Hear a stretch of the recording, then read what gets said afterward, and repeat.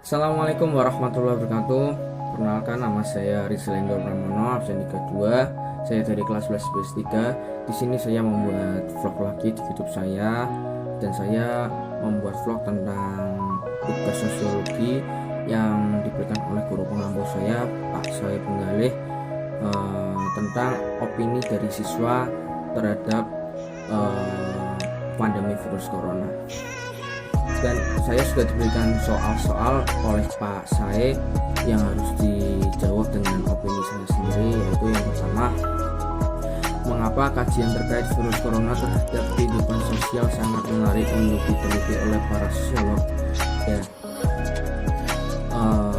hal ini sangat menarik untuk diteliti oleh para sosiolog karena dari pandemi virus corona ini terdapat banyak materi dari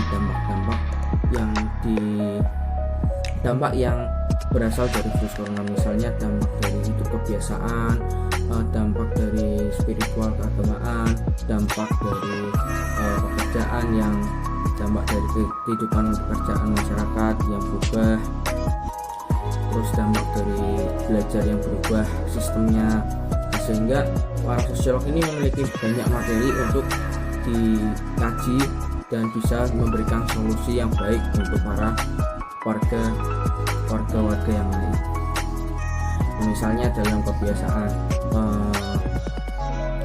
itu dianjurkannya untuk tidak saling berjabat tangan dan menjaga jarak minimal 2 meter, yaitu physical distancing. Nah, dari hal tersebut para sosiolog itu bisa meneliti kenapa hal itu dilakukan oleh pemerintah, lalu dampaknya apa, lalu solusinya apa yang akan dilakukan oleh para sosiolog.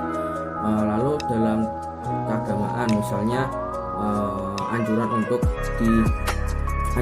beribadah dari rumah, lalu ada anjuran belajar dari rumah, lalu ada anjuran bekerja dari rumah. Nah, hal tersebut itu dampaknya apa, dampaknya dari hal tersebut apa, terus manfaatnya apa. Nah, hal itu bisa diteliti oleh atau dikaji oleh para sosiolog, sehingga masyarakat yang awam itu bisa memahami hal itu dilakukan oleh pemerintah karena mengapa.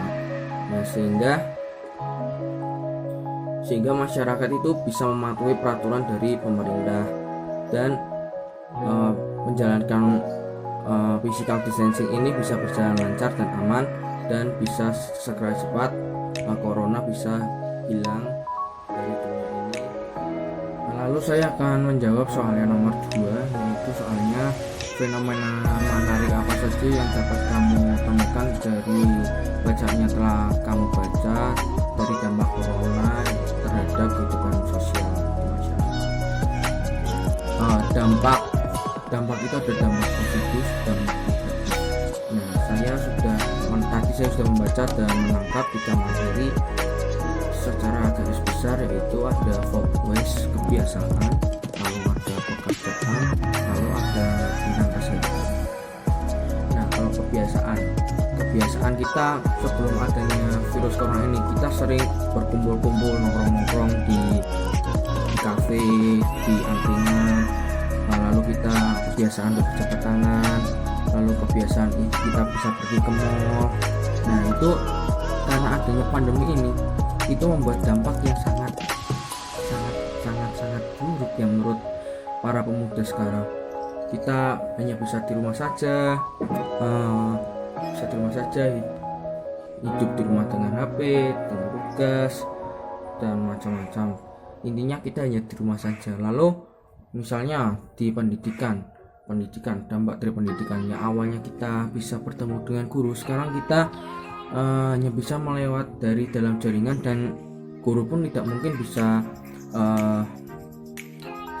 menyempatkan untuk tiap jam untuk bertemu dengan kita karena memiliki kesibukan yang lain, sehingga kita diberikan tugas dan para siswa itu ditekankan untuk berkreatif sebaik mungkin untuk mendapatkan nilai yang tinggi.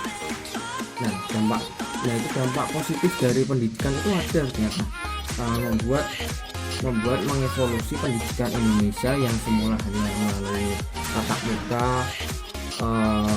kemudian yang berubah menjadi memiliki banyak cara, misalnya kita bisa dari Google, bisa dari Zoom, sehingga pendidikan di Indonesia itu bisa mengevolusi dan bisa menjadi lebih baik. Lalu misalnya dampak dari keagamaan, misalnya kita sering ke masjid ini, musola. Nah, untuk sekarang ini ada anjuran untuk lebih baik beribadah di rumah. Nah, itulah dampak dari pandemi virus corona ini, sehingga kita harus mematuhi untuk memutus rantai virus corona ini. Lalu ada kesehatan. Nah, ini ada dampak positifnya, sehingga dari kesehatan ini ada dampak positif, yaitu kita menjadi orang yang lebih bersih.